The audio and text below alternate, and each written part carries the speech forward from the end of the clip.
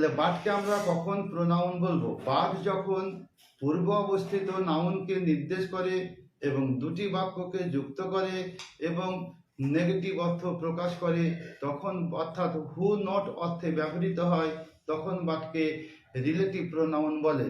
But না অর্থ প্রকাশ করায় বাটকে নেগেটিভ রিলেটিভ বলা হয়। আমরা সারা বিশ্বে একটি মাত্র নেগেটিভ রিলেটিভ রয়েছে, যেটা হচ্ছে বাট।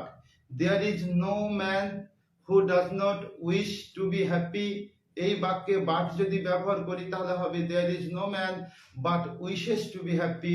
এখানে বাটকে আমরা রিলেটিভ প্রোনাউন বলবো, নেগেটিভ রিলেটিভ বলবো, কেননা বাট পূর্বাবস্থিত ম্যানকে নির্দেশ করছে, দুটি বাক্যকে যুক্ত করছে এবং নেগেটিভ অর্থ প্রকাশ করছে। বাট এই বাক্যে হচ্ছে রিলেটিভ প্রোনাউন। বাট যখন ছাড়া অর্থে বা উইদাউট অর্থে বা এক্সেপ্ট অর্থে বা ব্যতীত অর্থে ব্যবহৃত হয় কোনো বাক্যে, তখন বাটকে বলা হয় প্রিপজিশন। যেমন আই ক্যানট বাট গো দেয়ার, এখানে বাট ছাড়া অর্থে ব্যবহার করা হয়েছে, অতএব এখানে বাটকে আমরা বলবো preposition. None but Kamal can do it, এখানে বাটকে আমরা বলবো প্রিপজিশন, কারণ এখানে but is used in the sense of without or except. কারণ ইংরেজি গ্রামার বলছে যে বাটকে যখন ছাড়া অর্থে ব্যবহার করা হয়, এক্সেপ্ট অর্থে ব্যবহার করা হয়, ব্যতীত অর্থে ব্যবহার করা হয়, উইদাউট অর্থে ব্যবহার করা হয়, তখন বাটকে বলা হয় প্রিপজিশন। আবার বাটকে আমরা কনজাংশন কখন বলবো?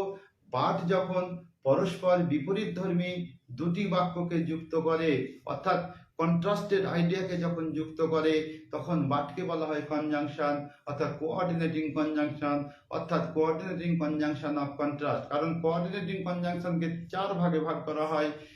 Addition, coordinating conjunction of addition রয়েছে, অল্টারনেটিভ রয়েছে, কন্ট্রাস্ট রয়েছে, ইলেটিভ রয়েছে। এই চারটি ভাগের মধ্যে রয়েছে কোঅর্ডিনেটিং কনজাংশন অফ কন্ট্রাস্ট। এই হচ্ছে বন্ধুরা, অর্থাৎ এক্সাম্পল যদি বলি, he failed in the examination but he was happy. He failed in the examination but he was happy.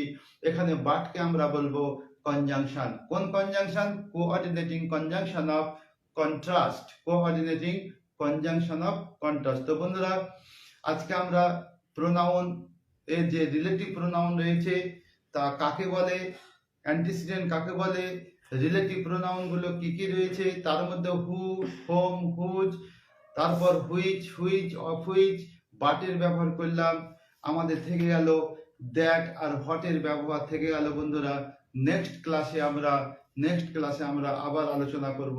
Till then good bye, খোদা হাফেজ সকলকে। এই রমজান যে প্রথম